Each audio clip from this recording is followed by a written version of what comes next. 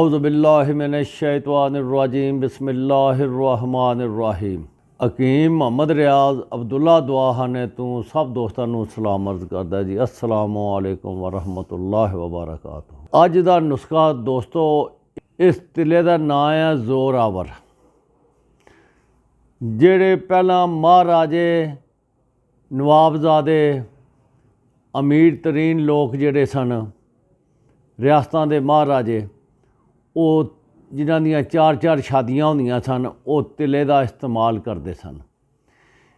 वो तिले का इस्तेमाल दा ये सी कि जिस वेले नस्सां कमज़ोर हो जांदियां सन तो उस तिले का फिर वो जोरावर तिला जिहड़ा सी ना हकीम हजरात जिहड़े सन वो इस्तेमाल करवाते सन। तो ये जनाब असी ज़ाती तौर पर इस दुआखाने ते जोरावर तिला बनता है साढ़े कोल पैकिंग दे विच। अब्दुल्ला दुआखाने की पैकिंग अपनी अरब जिन्ने भी न ये भी इसका इस्तेमाल करते हैं तिले का जोरावर का। एक तो यदी मसाक बेबा है, इमसाक नू पैदा करता ज़्यादा तो इंतशार पैदा करता है फिल फौर। ਇਹਦਾ इंतशार बहुत है। तो यह साढ़े कोल जोरावर तिला है जनाब, ਇਹਦਾ इस्तेमाल कराई दा ना। ਇਹਦੇ ਤੇ कोई पट्टी बननी है तो ना कोई और शै बननी है। यह तिला जी, ये जोरावर तिले का इस्तेमाल होता है। तो इंशाअल्लाह ताला बंद नसां जड़ियां होंदियां ना वो भी खुल जांदियां न ਇਹਦੇ इस्तेमाल दे नाल।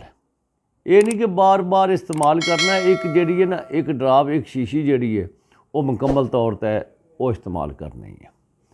तो इंशाअल्लाह ताला इसदा तुसी 90-95% का रिजल्ट तुसी देखोगे। ना ये छाले करदा है, ना ये दाने बनांदा है, ना ये जिल्द नूं उतारदा है। ਇਹਦਾ काम है कुवत बख्शना, नसां नूं खोल देना, अपनी हीट नाल ही खोल देंदा हुंदा। तो तुसी ये जनाब तिले का इस्तेमाल करो, कम अज़ कम 1 महीने का इस्तेमाल करो, 15-20 दिन का।